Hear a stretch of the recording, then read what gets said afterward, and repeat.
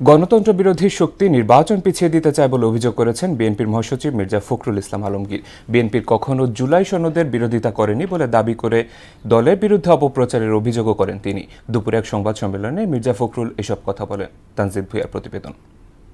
জুলাই সনদের ব্যাপারে আমরা অনেক আগেই রোববার গুলশানে দলের চেয়ারপারসনের রাজনৈতিক কার্যালয়ে সংবাদ সম্মেলন করে বিএনপি। এতে দলের মহাসচিব মির্জা ফখরুল ইসলাম আলমগীর অভিযোগ করেন, বিএনপিকে সংস্কার বিরোধী বলে অপপ্রচার চালাচ্ছে একটি মহল।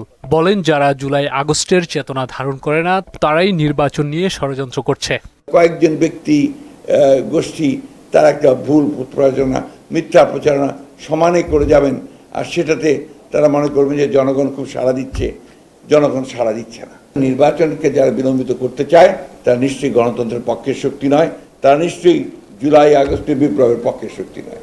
সংস্কার কমিশনের বৈঠকে অনেক নতুন নতুন প্রস্তাব সামনে এনে সময় নষ্ট করা হচ্ছে বলে অভিযোগ করেন তিনি। বলেন, রাষ্ট্রের শাসন ব্যবস্থাকে দুর্বল করার প্রস্তাব সংস্কারের মূল আকাঙ্ক্ষার সঙ্গে সাংঘর্ষিক। শত শহীদের রক্তে, গুম খুনের শিকার সহকর্মীদের আত্মত্যাগে আরও লাখো নেতাকর্মীর অবর্ণনীয় দুঃখ শোকে বিএনপির ঐক্য আরও দৃঢ় হয়েছে। ব্যক্তি কিংবা প্রতিষ্ঠানকে অধিক ক্ষমতা দিলে যেমন ফ্যাসিবাদ কায়েম হয়, ঠিক তেমনি নির্বাচিত সরকার এবং সংসদকে ক্ষমতাহীন করলে রাষ্ট্র দুর্বল, ভঙ্গুর ও অকার্যকর হয়।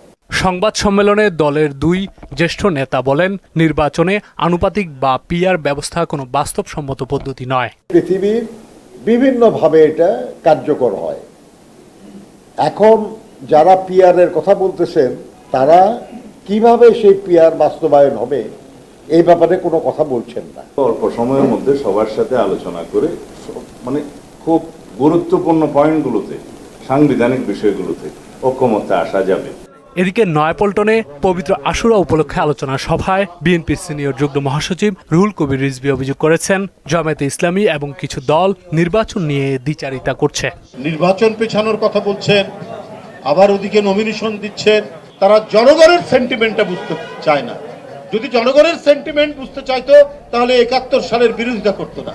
তানজিদ ভুঁইয়া, মোহনা সংবাদ, ঢাকা।